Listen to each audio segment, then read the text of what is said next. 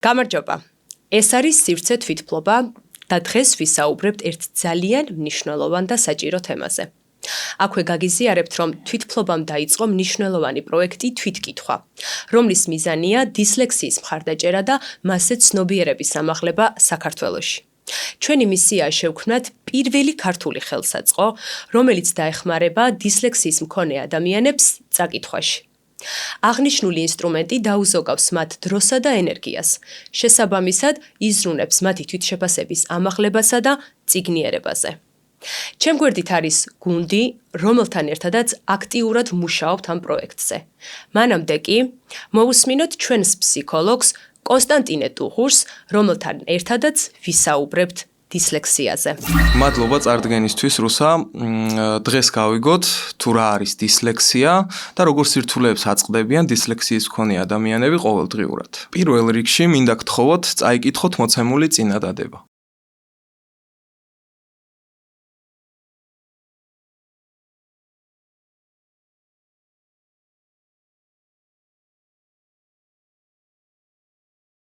ალბათ რთული წასაკითხი იყო, არა? სიამდვილეში ეს ტექსტი არის დისლექსიის მქონე ადამიანის გამოცდილების სიმულაცია კითხვისას. სპეციალურად შექმნილი იმისთვის, რომ ტვინს აიძულოს გაშიფროს თითოეული სიტყვის წყობა და მნიშვნელობა. შედარებით რთული წასაკითხი იყო და მეტი დრო დაგჭირდათ ალბათ და წარმოიდგინეთ, რომ დისლექსიის მქონე ადამიანები ასეთ სირთულეებს უმკლავდებიან ყოველდღიურად. როდესაც ადამიანები დისლექსიაზე ფიქრობენ, მათ წარმოუდგენიათ სიტყვების უკუღმა განლაგება ან ასოთა გადანაცვლება სიტყვის სტრუქტურაში. სიამდვილეში ეს ასე არ არის. დისლექსიის მქონე ადამიანები ზუსტად ისე ხედავენ, როგორც სხვა დანარჩენი. პრობლემა გამოწვეულია ფონოლოგიური დამუშავების სირთულით, რაც იმას ნიშნავს, რომ ადამიანებს ასოების დანახვა კი არ უჭირთ, არამედ მათი დამუშავება, манипуляция. მოდი განვიხილოთ, თუ როგორ არის ახსნილი დისლექსია დიაგნოსტიკური და სტატიკური სახელმძღვანელოს მიხედვით. DSM-5-ის თანახმად, დისლექსია არის ნეიროგანვითარების სპეციფიკური სწავლითი დარღვევა, რომელიც ხასიათდება წაკითხვის სიზუსტის, სიჩქარის ან სიტყვების დამახსოვრების, ანუ დეკოდირების მნიშვნელოვანი სირთულეებით, თუმცა ინტელექტუალური შესაძლებლობების ზოგადი განათლება და სენსორული ფუნქციები ნორმას შეესაბამება. დისლექსია ვლინდება იმაში, რომ ინდივიდს უჭირს სიტყვების სწრაფი აღქმა, მათი დამარცვლა, გრამატიკული სტრუქტურის აღქმა და ტექსტის სწორი ინტერპრეტაცია, რაც გავლენას ახდენს ინდივიდის აკადემიურ პერფორმანსსა და ყოველდღიურ ფუნქციონირებაზე. მოდით DSM-ში მოცემული სიმპტომები განვიხილოთ უფრო დეტალურად. პირველი, სიტყვების ნელა, ან არასწორად ამოკითხვა. მაგალითად, სიტყვა მეგობარი შეიძლება წაიკითხოს როგორც მეგუბარი, ან მეგობარი. ანუ პაუზით ან ნელა წარმოთქმით. მეორე არის წაკითხulis მნიშვნელობის გაგების სირთულე. ანუ ინდივიდმა შესაძლებელი არის, რომ მოცემული ტექსტი სწორად წაიკითხოს, თუმცა გაუჭირდეს ტექსტიდან მთავარი აზრის გამოტანა. მესამე, დამარცვლის სირთულეები. ინდივიდი ხშირად ამატებს, ტოვებს ან ცვლის ხმოვნებს სიტყვებში. მაგალითად, სიტყვა პასუხი შეიძლება დაწეროს როგორც პატუსხი ან პატუხი. მეოთხე, წერითი გამოსახვის სირთულეები. ინდივიდმა შეიძლება დაუშვას მრავალი გრამატიკული ან პუნქტუაციური შეცდომა. აბსტრაქტული იდეების წერითი გამოხატვა უფრო მეტად უჭირთ დისლექსიის მქონე ადამიანებს. ან შესაძლებელია, რომ აბზაცები არ იყოს ორგანიზებული. ეს არის არასრული ჩამონათვალი იმ მახასიათებლებისა, რომლებიც DSM-ში აღწერილი. გარდა კითხვისა და წაკითხulis გააზრების პრობლემებისა, დისლექსიას ახასიათებს წერითი და მათემატიკური სირთულეები, რომლებსაც DSM-ში ცალკე გამოყოფილი თავი ეთმობა და მისი დიაგნოზიც პროფესიონალის მიერ უნდა იყოს განხორციელებული სპეციალური ტესტების მეშვეობით. აქვე გირჩევთ, რომ თავი შევიკავოთ თვით დიაგნოზისგან და ყოველთვის მივმართოთ სპეციალისტს. მნიშვნელოვანია ყურადღება მივაქციოთ დისლექსიით გამოწვეულ მეორეულ სირთულეებს, ანუ ემოციურ ქცევით რეაქციებს, რომლებიც გარკვეულ შემთხვევებში იჩენს თავს გარემო პირობებიდან გამომდინარე. ამ რეაქციებს მეორეული იმიტომ ქვია, რომ ისინი უშუალოდ არ გამომდინარეობს თავად ნეირობიოლოგიური დარღვევიდან, არამედ ვითარდება როგორც პასუხი იმ გამოწვევებზე, რომლებსაც ბავშვი ან მოზრდილი დისლექსიის გამო აწყდება. გამოწვევის ფონზე ვითარდება ემოციური და ქცევითი რეაქციები. პირველი და ძალიან მნიშვნელოვანი არის დაბალი თვითშეფასება.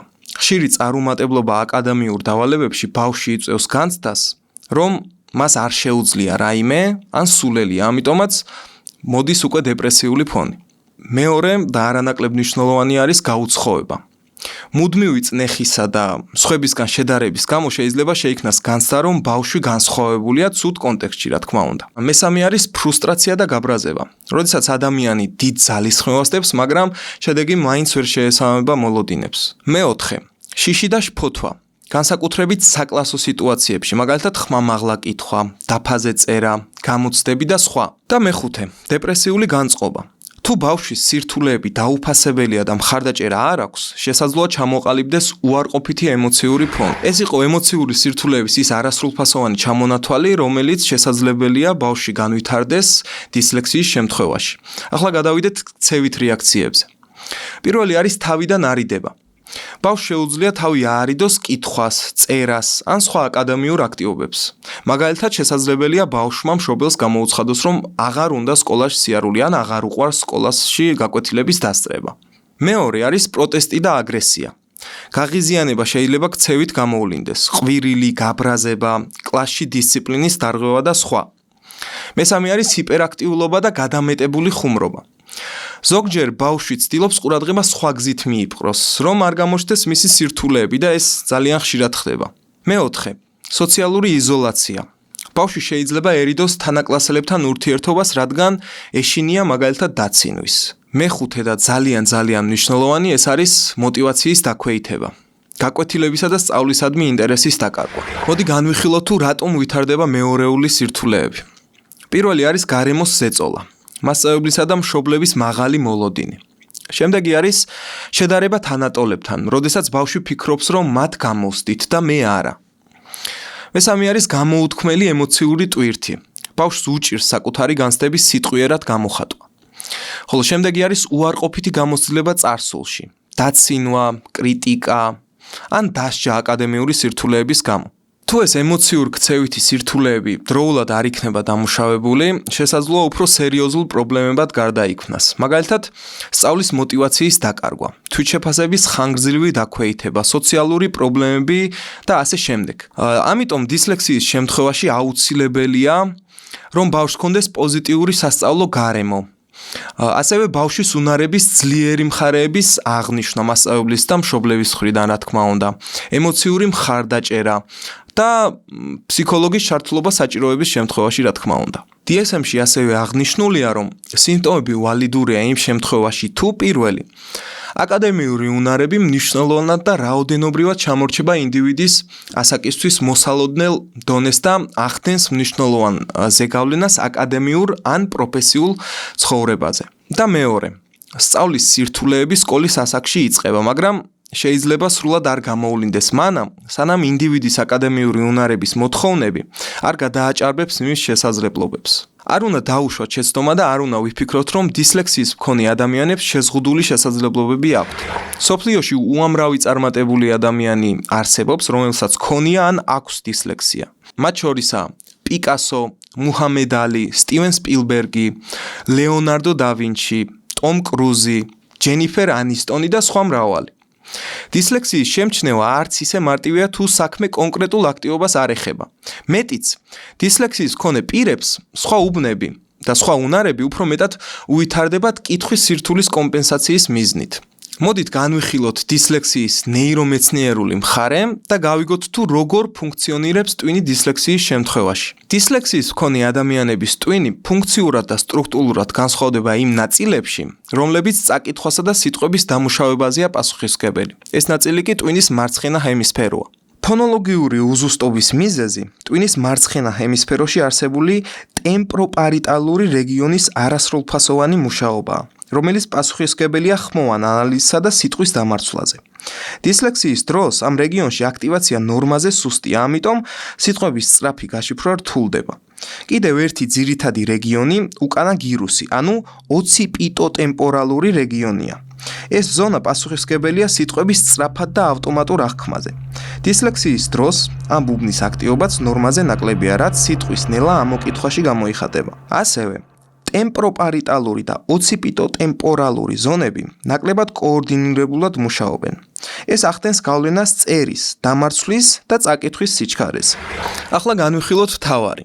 თუ როგორ აკომპენსირებს ტვინის მარჯვენა ჰემისფერო მარცხენა ჰემისფეროს. პირველი არის ვიზუალური კონტექსტისა და ფორმების გაანალიზება. მარჯვენა ჰემისფერო უფრო კარგად ადაპტირდება სურათების, სიტყვების, ვიზუალური ფორმებისა და სივრცობრივი სტრუქტურების აღქმაში. დისლექსიის მქონე ადამიანი ხშირად მიმართავს გრაფიკულ ან ვიზუალურ ასოციაციებს სიტყვების დამახსოვრებისთვის. მაგალითად, სიტყვას პეპელა იმახსოვრებს არა როგორც ხმოვნების სერიას, არამედ როგორც ფორმის სილუეტს. შემდეგი არის მეორადი აუდიტორული გზა, როდესაც მარჯვენა ჰემისფერო იყენებს ხმას, ტონსა და წინადადების საერთო კონტექსტს იმისთვის, რომ სიტყვების მნიშვნელობა უკეთ გაიგოს.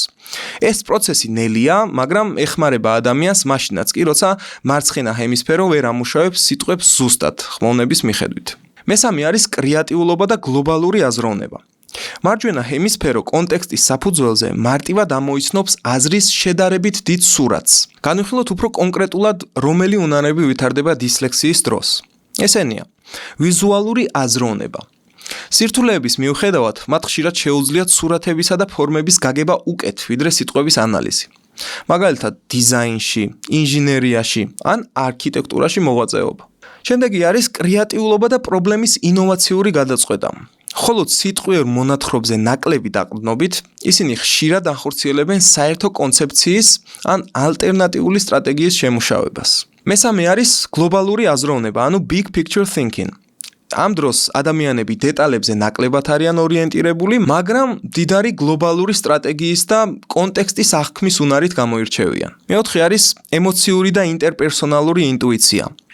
მარჯვენა ჰემისფეროს აქტივობა ხელს უწყობს ემოციების აღქმასა და სოციალური კონტექსტის ინტერპრეტაციას, რაც ხშირად გონიურულად ავსებს აკადემიურ სირთულეებს.